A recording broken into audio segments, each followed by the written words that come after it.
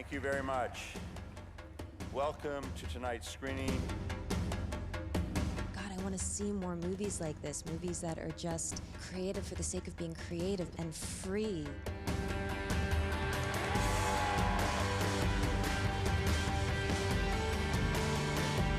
We sold out the Elgin Theater! My people! Toronto Film Festival! Great films, they leave me feeling a little more alive and connected, and they remind me to laugh and hope and hurt and feel. I just want to tell great stories, and I want to tell different stories. We don't only have to tell one type of story.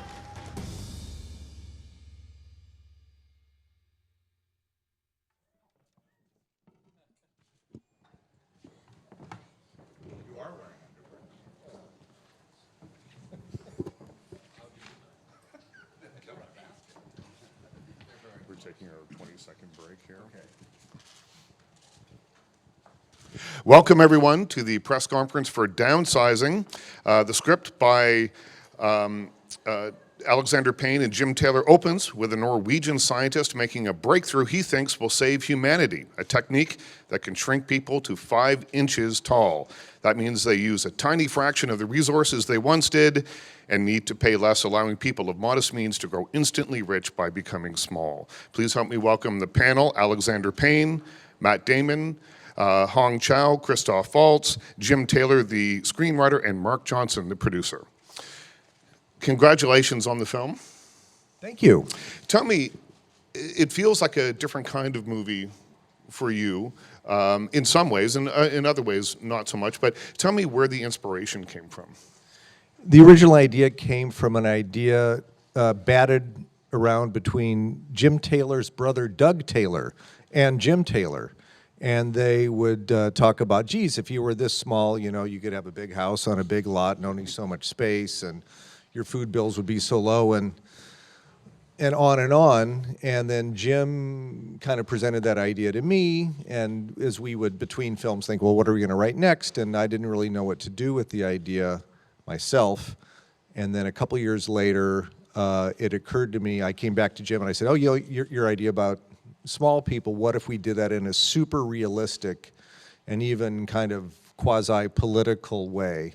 And if it were proposed as a solution to overpopulation, and then a whole bunch of other stuff unfolded from there. It became a nice prism for us. And Jim, what was your reaction to that? When he said, let's do this, let's flesh this out. I was thrilled, Yeah. of course, yes. Well, all right. This took a little while to make. Did you not start writing this in 2008 or 9? 2006. And why so long till we see it on the screen? And what is it about a project like that that keeps you enthusiastic for that amount of time? They waited for me to age into the part. Is that what it is? Yes. It's a big idea, and it was challenging for Jim and me to take an idea which could have been a mini-series or a TV series, and corral it into a manageable 2-hour feature film. So the screenplay took a while, and then it took quite a while to find financing. Had the budget we desired been a little bit lower, it wouldn't have been so hard, but we kind of wanted to make it in a first-class way, we felt, and that took a bit of time. Matt, you've been talking about this film a little bit, and one of the things that really grabbed me, and one of the things that's come up over and over and over in interviews that I've been doing here, is people are talking a great deal about empathy these days. I think when you live in troubled times, maybe it's something that is sort of top of mind for some people. And you've said here that movies are the greatest tool for empathy that we have, and you think that this movie is in some ways a beacon of that. Can you speak to that? Yeah, I mean, I just think it's a very kind of humanistic and heartfelt movie that is, for me, very kind of optimistic at its end, and about the way we treat each other. And yeah, I do believe that, you know, I mean, look, we started telling stories to each other the minute we could communicate, and, you know, we drawing pictures on cave walls, and it's the way we relate to each other and we understand each other. And so movies are the kind of the most technologically you know, advanced way we've learned to tell each other stories. I think it'll get into virtual reality, and that'll be even a greater tool for empathy as we can kind of experience things, you know, or like even with technology now, like the Facebook live stream of Philando Castile's last moments in a car, like I think, you know, forever changed me, you know, because I was suddenly in the car with him, you know. So I think the technology is, I hope, making us more empathetic despite what we're seeing kind of politically right now in my country.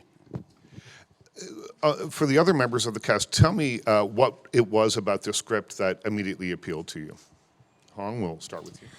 Oh, well, for me, this role was sort of like a beautiful, odd and funny love letter to my parents, because my parents are Vietnamese refugees, and they speak with a really strong accent, and when we first came over, they didn't speak any English, and so they worked, you know, cleaning toilets, washing dishes, and they still somehow managed to raise 3 kids and send them to college, so that's a pretty amazing thing. But my whole life, I've always felt like I was the more acceptable version of my parents, and they were always the people who had to kind of, you know, stay in the background or go hide in the broom closet, because that was, in order for me to be more acceptable, I had to sort of distance myself from where I came from, and that's not something that I ever felt comfortable with. And I grew up in Louisiana, and I remember a lot of my friends, white friends, saying like, oh, you know, I don't even think of you as Asian. I just kind of think of you as like white, just like me. And that, I understood what they were saying, but at the same time, I was like, well, I'm not white. That I would like you to see me for who I am and where I came from. So this was an amazing opportunity to play a character that I have never seen portrayed with such layers and complexity and with so much humor, because a lot of times things sort of get presented in a very earnest and documentarian-like way, where sometimes when I tell my life story to people, it's either like their eyes glaze over like they're watching a PBS documentary, or there's like a certain amount of guilt or uncomfortableness that they don't know what to do with. And my parents' story is like so crazy, and I've always had people say like, oh, they're amazing people. They sound like amazing people, but that's not how they're treated when they walk outside the house. They're not treated like amazing people, and they are. So this was important to me in that way. And then also just to get to work with Alexander and Matt and Christoph and Jim Taylor and Mark Johnson, who's produced pretty much everything that, really everything that we admire and love. And this, you know, it's so brave of Jim and Alexander to have written a character like this, because it's one of those characters that people are really afraid of. And not a lot of people would want to even attempt to do it because they're either not interested or they're afraid of getting it wrong. Yeah, and why are people afraid of a character like this, would you say? I think right now the progress that is kind of easy to get behind and be excited about is when people see women or people of color entering spaces that were previously dominated by whites or by males, white males. And that's great. I'm glad that there are Asians in space, and that there are Asians in rom-coms, and there are Asian sitcoms. I'm very glad for those things. But at the same time, I would hope that people like my parents aren't being pushed aside and being, you know, seen as not a positive representation of Asians or Asian Americans. So that's, this is a very complex character, and I'm glad that it will sort of confront a lot of people's expectations of what positive representation is. So it's I don't think it's like a slam dunk sort of yeah, but it's that those are the more interesting characters, I think. And Christoph?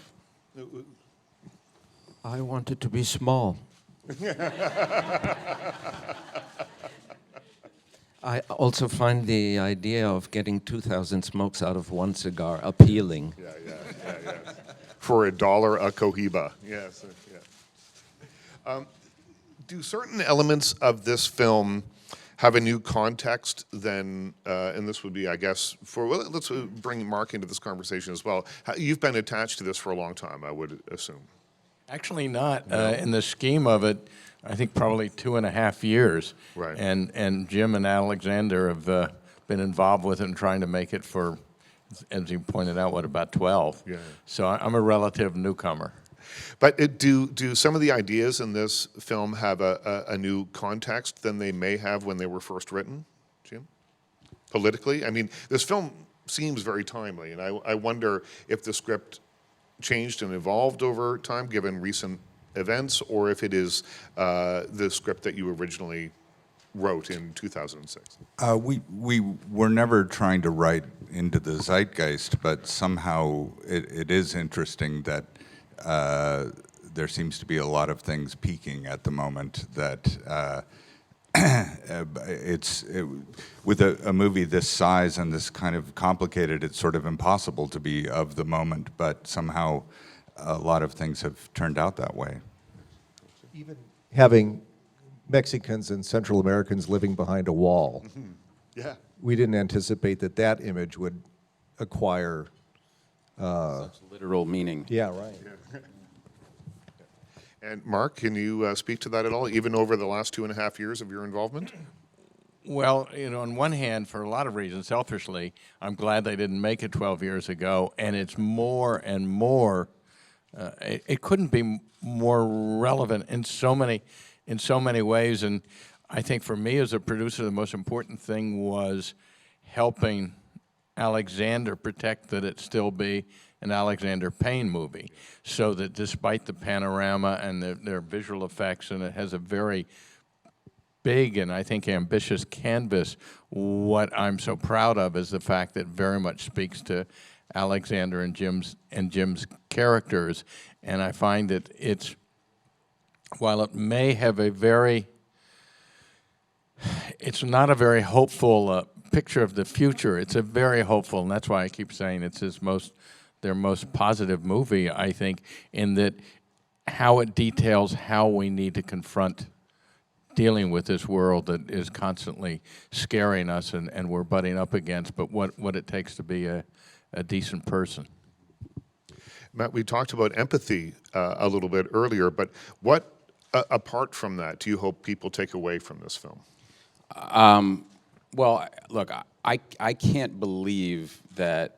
I mean, when I read the script, I just was giggling because I couldn't imagine that this movie could get made in the studio system, really. I mean, it's so unique and original and I think beautiful and I mean, I don't want to lead people towards what they should think. I think there are a lot of things to think after you see this movie, and I wouldn't change a frame of it. I'm just so proud to be a part of it and with this group of people, and that in this day and age in the movie business, we could get something of this scale made, and the fact that Paramount was willing to do it, I think, is great, and it means that movies aren't totally dead yet.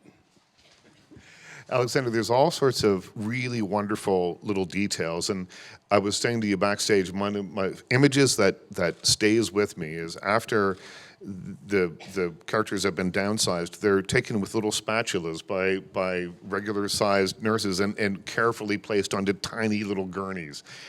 Tell me a little bit about coming up with the look and the feel that you wanted to, because while it's very funny, that scene, it's also quite tender. I mean, there's a real tenderness in the way that these nurses are treating these tiny little humans. Tell me a little bit about creating that. Well, obviously, a lot of it came from the screenplay. The spatulas are in the screenplay. The fact that the downsizing chamber itself was to be fashioned like a large microwave oven in some way, that came from the screenplay. But I charged our wonderful production designer, a woman named Stefania Cella, with, and also I thought it would be funny. I wanted what would be a high-tech process to have a very low-tech and still human feel to it. And and similarly, I told the visual effects supervisor, a guy named James Price, that I wanted the effects in the film to be so realistic as to be almost banal. You know, as all kind of spectacular things do in the real world, they eventually acquire a type of banality, and I wanted that. I'll turn it over to the audience. Bruce Kirkland, traditionally always the first question at these press conferences. Hello, Bruce. Everyone, hello, Bruce.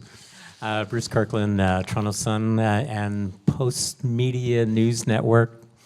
So, I'm intrigued because you're sitting here today for this film, and you said that it means that movies aren't totally dead yet. The whole festival reminds me that that's true. And while I don't want to ask any questions about Suburbicon specifically, because you're here for downsizing, twinning those two movies together is really fascinating to me, because these are movies that are hugely entertaining and yet at the same time profoundly meaningful for how we live our lives. So I wouldn't mind if you expanded on that a little bit with that in mind. Yeah, I mean, I feel the same way about Suburbicon. We did what we wanted to do, and I wouldn't change any of it, and I can't believe it got made. So, but you know, it was more. Well, I guess I can believe it because the budget wasn't. You know, this is obviously with all the effects. I mean, when Alexander first talked to me about it, he said, well, I want it to feel kind of like a Hal Ashby movie, but with these special effects, you know, that are completely banal. And you know, and if you accept this like ridiculous premise and just have fun and go with the movie, you know, it's really wonderful where it takes you. And so, so yeah, I think those two movies, and again, a lot of the movies in, you know, in these festivals, this was in Venice and Telluride, and a lot that I was reading about these other movies. Yeah, I think this is real. You know, where stuff is really happening in cinema, and it is always kind of reinvigorating to come through and sit and see what's going on and talk to some of the filmmakers, and it re-energizes you. I think movies will never die. We love movies too much.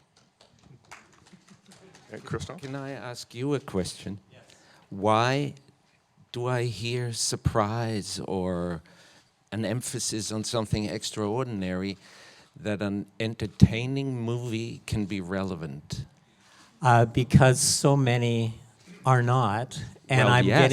I'm getting the weight of that fatigue, and then I get refreshed. Oh, thank you. When Thank I you see very an much. Alexander Payne movie, when I see a George Clooney movie, and many other directors who struggle to do that.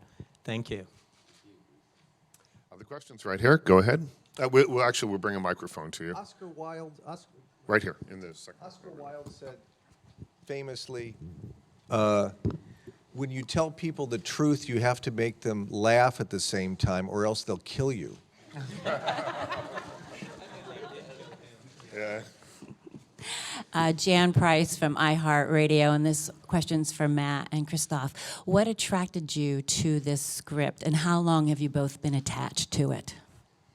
Well, when Alexander first told me, he came and we met, and he said, I have a movie for us to work on together. And we had first met in 1999, and very briefly, and I said, I would love to work with you someday. And 17 years later, or whatever it was, he showed up and he said, I have a movie finally, you know.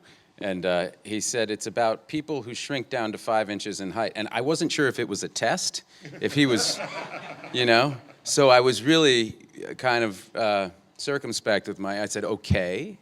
You know, I didn't want, just in case he was just going, no, it's not. It's about a lawyer who, you know, wins a big case, and, you know.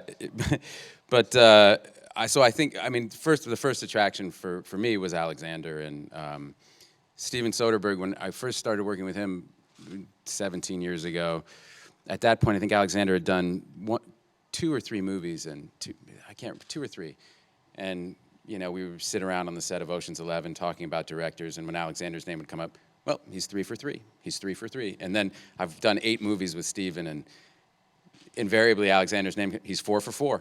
He's 5 for 5. He's 7 for 7, you know, and so he's just got this incredible body of work and body. Incredible body.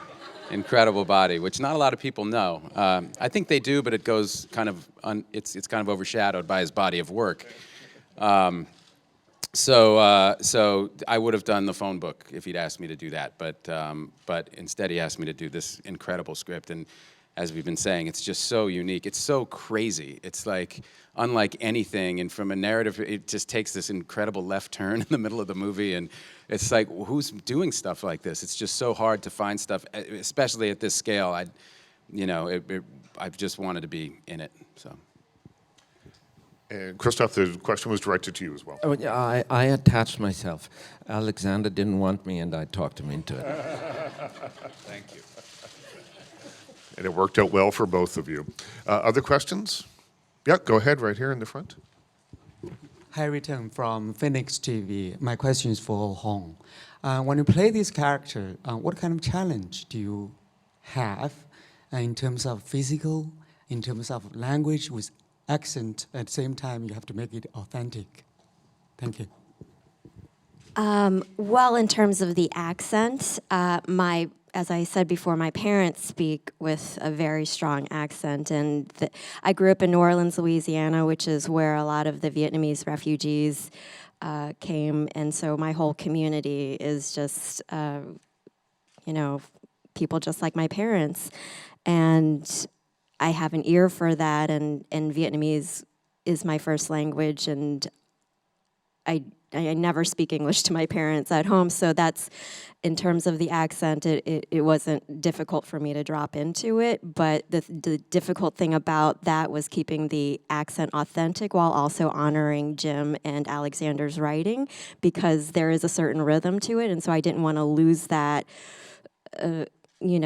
I wanted to fuse the authenticity with their humor and their writing, and also we're not doing a real actual person who exists, and this is a character that they've dreamed up in their imagination. So it was a fusing of my background and their writing and their imagination and creativity. In terms of the physical with playing an amputee, I had an amputee consultant here in Toronto, actually, and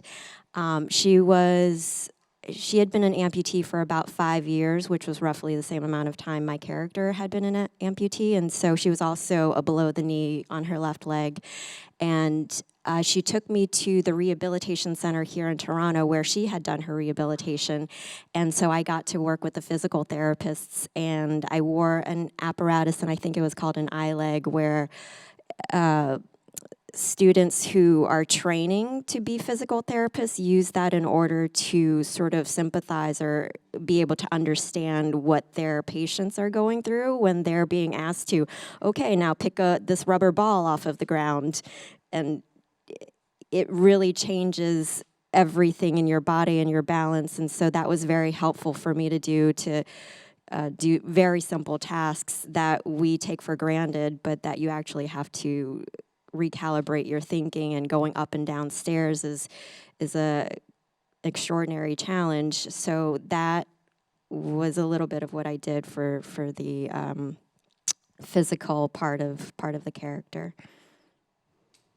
Yeah, right in the back here. Hi, I'm Veronica from W Radio Columbia. My question is for Mr. Waltz. It seems like the typical response to knowing that you're in a movie is, oh, is he the bad guy? So having this part in mind, how do you feel about that? Are you ready to be known for something extremely different? I don't mean to be rude, but the bad guy thing is your problem, not mine.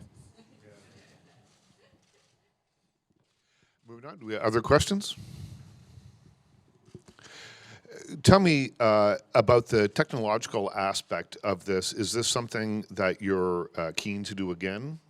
because it is a much different kind of thing. I don't know that your other film, certainly I don't think your other films have had this amount of special effects, and they may have said some, but. He's directing the next Star Wars. I don't know if you knew that, yeah. Every film is different. This story needed visual effects, so visual effects it has, and visual effects I had to learn. And also, you know, I'm in my mid-50s, and it was fun to learn this bag of tricks that all these other filmmakers are doing. It's so ubiquitous these days.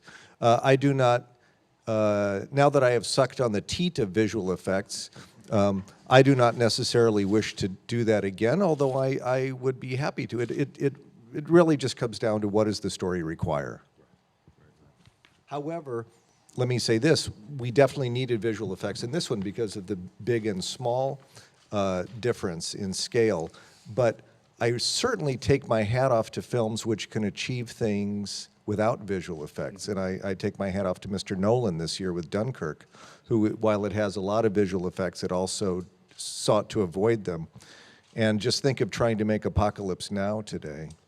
And I mean, they did all that. Yeah, yeah. So there's something to be said for actually doing things. Interesting you mentioned Christopher Nolan and Dunkirk, because that's a film that to me is all about community.